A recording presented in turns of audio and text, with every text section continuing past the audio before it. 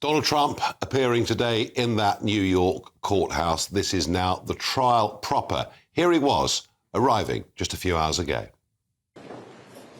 Thank you very much. I just want to say before we begin, these are all Biden trials. This is done as election interference. Everybody knows it. I'm here instead of being able to be in Pennsylvania and Georgia and lots of other places campaigning.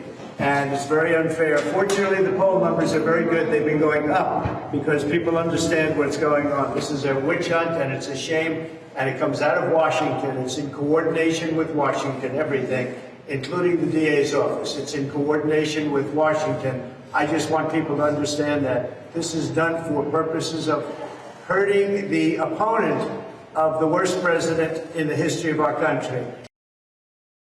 Well, a very angry Donald Trump. But let's try and cut through the noise. Let's find out what is really going on, and let's find out legally what actually matters. And joining me live down the line from Georgia is Shondell Summer, defense attorney at Summer Law Firm. Shondell, we're looking from across the other side of the pond. We can't quite get our heads around what is really going on here. So please explain. It's the trial proper today, both sides putting briefly their cases.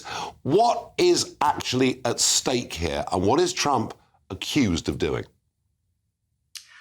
Donald Trump is accused of miscoding or basically falsifying business records to hide and conceal hush money payments to a woman named Stormy Daniels, another woman, and also a doorman at his New York penthouse.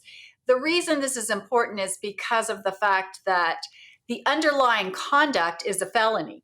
They're claiming that he tried to conceal these payments and was in violation of campaign finance laws in the United States. So if you can show that you put a business entry into your books that was false and it was to hide conduct which was illegal or to conceal conduct which was a felony, then you can be prosecuted for a felony. The penalties for what he's facing. So one act, the act of itself isn't that serious. But if That's the right, act, it's a misdemeanor. It's a misdemeanor, but then what the prosecution are trying to do is to say, but no, that links into the conduct of the election as well. It sounds a bit of a stretch. Well, the problem with the prosecution's case is that they have not indicted him for the underlying felony of a campaign finance violation. And other government authorities, the federal government versus the state government, have passed on that opportunity to charge him with the underlying trying to conceal the records in violation of campaign finance laws.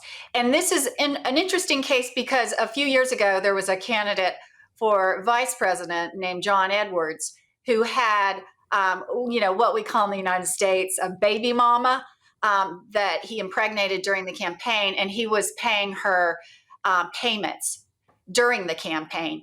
And he was prosecuted for doing that, and he was found not guilty. So there is precedence to show that if you are paying someone money, hush money, and it's for a personal reason, you're trying to preserve your marriage or something to that effect, then it is not necessarily a campaign finance violation. And it was sort of incidental to the fact that he was running for vice president.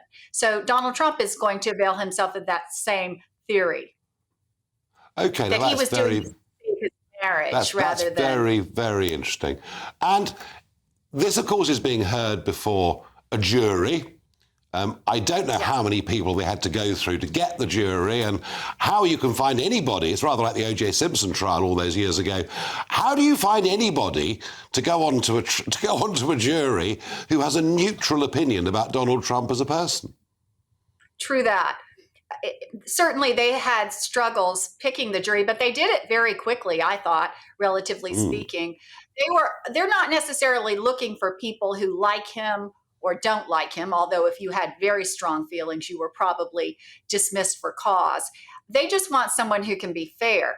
And I thought it was interesting in this case that they put 2 lawyers on the jury. And that's because I think the defense will be very technical about the fact that the underlying felony has not been charged, that it's not a campaign finance violation, or that it could be interpreted in different ways. So the fact that they have a jury seated, and this is the first case widely recognized as being the weakest of the 4 pending criminal cases against Donald Trump, will be interesting to see what happens. It could certainly provide a lot of momentum if he's acquitted to the campaign, and it could also be very devastating if he's convicted. So the best case scenario from Trump's point of view is that that's it, it's dropped, he wins. Would he get his legal costs back? No. Not likely. And of course, it seems as though his campaign is paying the legal costs. That seems to be who's funding all of these cases. I mean, his legal costs are millions and millions of dollars. And you can't really get your legal costs back for any criminal prosecution unless you can show bad faith on the part of the prosecutor, because prosecutors enjoy sovereign immunity from being prosecuted every time they have an acquittal. They can't then get, the person who's acquitted cannot get money back. So I think they're sheltered. However, leave it to Donald Trump to file a lawsuit against the prosecutor if he is acquitted. He's a very aggressive litigant. And the worst case scenario for Donald Trump? The worst case scenario is that he's convicted and that he gets jail time, because the maximum sentence for this particular crime is up to 4 years in jail. Now, he's a first offender. He's, in his late 70s. Do I think he'll go to jail? Not in a million years. But I still think that that's his risk, and not to mention the damage to his reputation. Right now, he's able to kind of ride this into momentum with his campaign. He says at least that people are on his side because he's being persecuted. So we'll see how that plays out.